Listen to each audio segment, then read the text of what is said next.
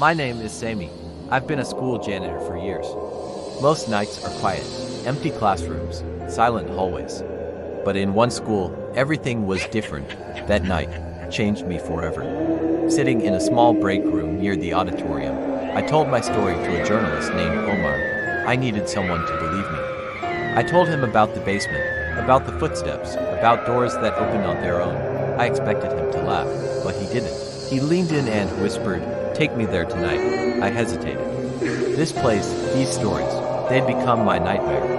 But maybe if someone shared it, the burden would be lighter. Maybe, so I agreed.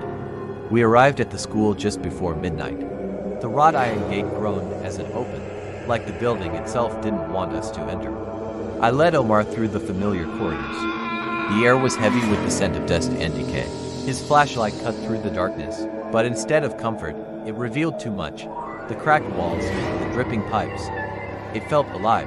We stopped before a plain white door. The basement stairs. I felt a chill. I remembered countless nights spent down there alone.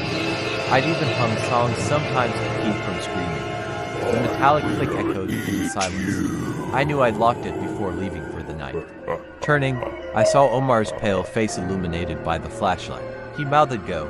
I took a deep breath and stepped down the stairs. The basement smelled of damp earth and rot. My footsteps echoed on the concrete floor. But then I heard another pair behind me, ragged, slow. I turned. Nothing. I strained to listen. There again, dragging footsteps. I spun around, my heart pounding, but there was nothing in the dim light. I froze, listening. Silence. Then I heard Omar call out, "Hello, anyone there?" His voice echoed off the walls. No answer. At the end of the dim lit hallway, a door stood half open. I knew I'd locked it countless times before, but now it creaked invitingly. Curiosity battled fear within me. The dragging footsteps had returned, louder now. I felt a sudden shiv and gasp as I steadied myself. I saw Omar standing beside the door, his flashlight dancing in his hand. "Let's go," he mouthed, urgency in his eyes. But as I reached for the doorknob, a sound froze me.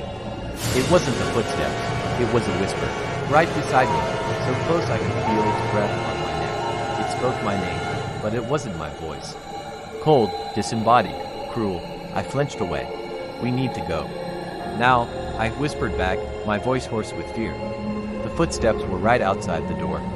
Whoever or whatever was making them wanted us out. But Omar was already pushing the door open.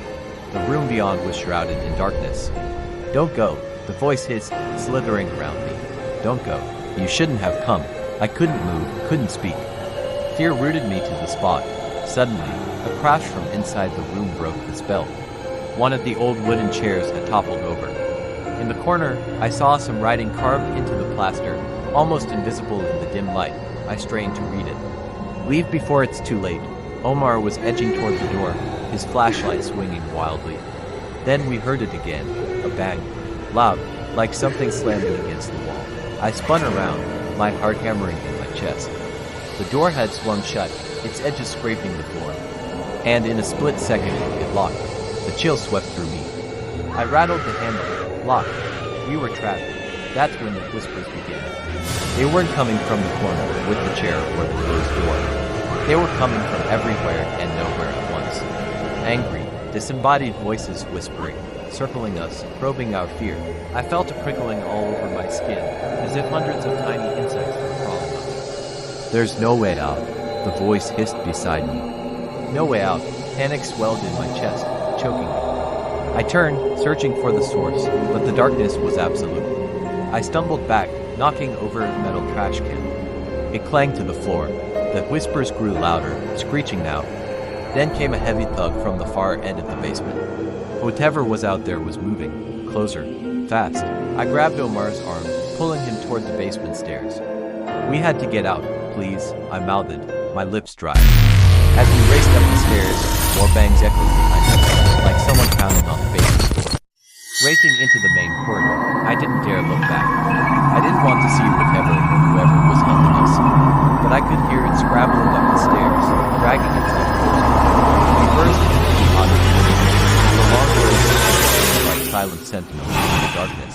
I could hear my own ragged breathing, the pounding of my heart.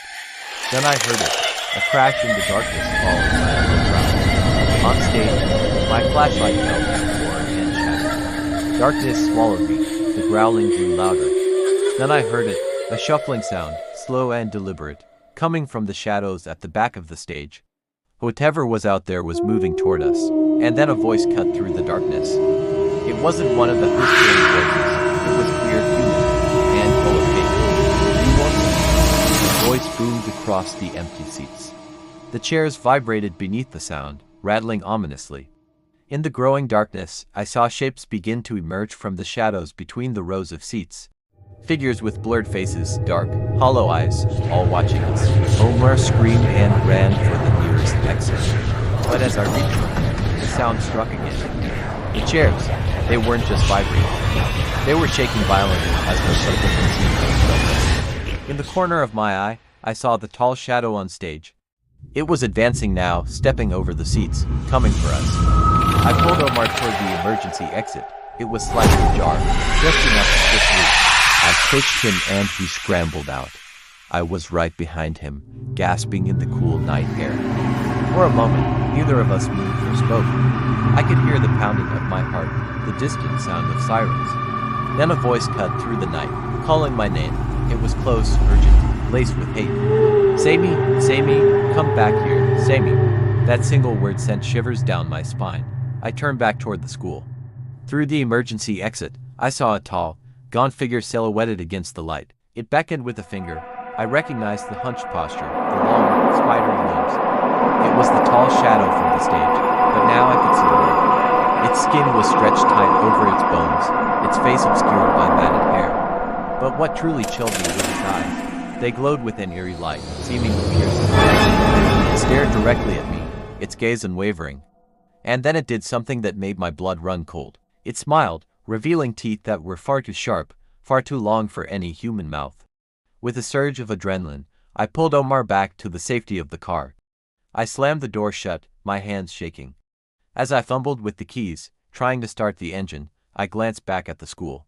The tall shadow was gone. When we finally got the car started and sped away, I dared not look back. I knew that if I did, I'd be meeting the gaze of something that had no place in our world, something that should have remained hidden in the shadows. From that night on, neither of us were ever the same. And deep down, we both knew this was only the beginning.